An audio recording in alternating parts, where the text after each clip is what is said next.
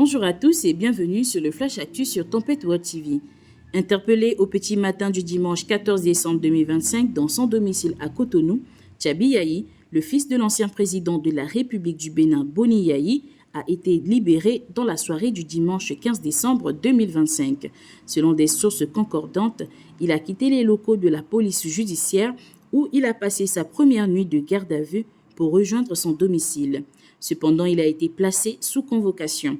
Pour le moment, aucune communication officielle n'a encore précisé les motifs de cette convocation ni la suite de la procédure. Cette libération a toutefois suscité un soulagement au sein de ses proches et de ses soutiens, notamment les militants et sympathisants du parti d'opposition, les démocrates. Des éclaircissements sont attendus de la part des autorités judiciaires les tout prochains jours. Tchabi Yahi avait été interpellé dans un contexte sécuritaire particulièrement tendu quelques jours après la tentative de coup d'État déjoué le dimanche 7 décembre 2025. Un événement qui a profondément marqué la vie politique nationale et conduit les autorités à ouvrir de vastes enquêtes judiciaires et sécuritaires. Son arrestation s'inscrivait dans le cadre de ces investigations visant à identifier d'éventuelles ramifications politiques, relationnelles ou logistiques susceptibles d'avoir un lien direct ou indirect avec la tentative de déstabilisation des institutions de la République. En sa qualité de responsable chargé des relations extérieures du parti Les Démocrates, Tchabi Yahi figurait parmi les personnalités dont les activités et les contacts devaient être examinés par les enquêteurs. Au cours de son séjour dans les locaux de la police judiciaire, Tchabi Yahi a été auditionné à plusieurs reprises, notamment le dimanche 14 décembre 2025.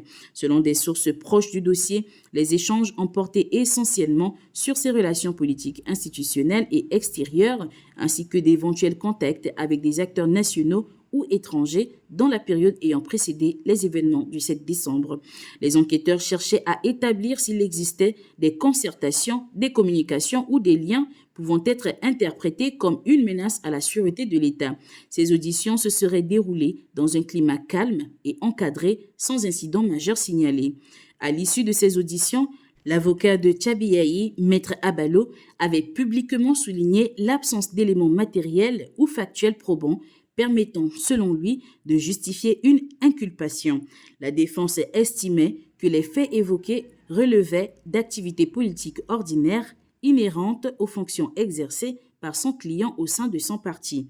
Maître Abalo avait également rappelé le principe fondamental de la présomption d'innocence tout en appelant à une procédure claire, transparente et respectueuse des droits de la défense. La remise en liberté de Tchabi Yahi assortie d'une convocation, laisse toutefois subsister des interrogations. À ce stade, aucune notification officielle et détaillée des charges éventuelles n'a été rendue publique. Les autorités judiciaires n'ont pas encore communiqué sur la qualification juridique des faits ni sur l'orientation définitive du dossier. Cette situation entretient une attente certaine au sein de l'opinion, dans un contexte où chaque évolution liée au dossier du 7 décembre 2025 est scrutée avec attention.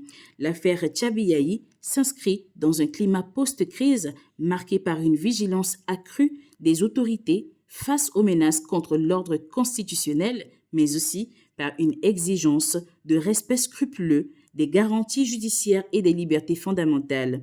Si sa remise en liberté apparaît comme un signal d'apaisement, elle ne met pas un terme aux investigations en cours.